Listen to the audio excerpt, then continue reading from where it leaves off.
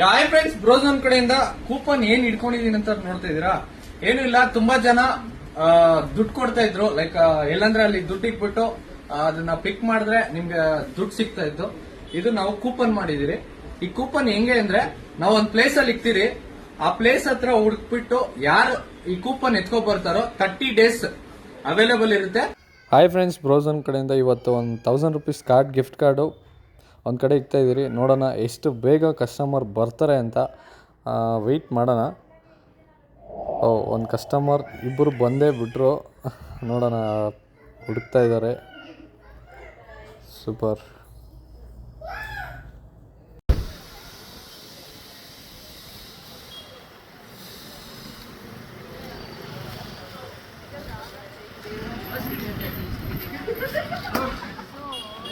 ಸಿಕ್ತಾ ಬ್ರೋ?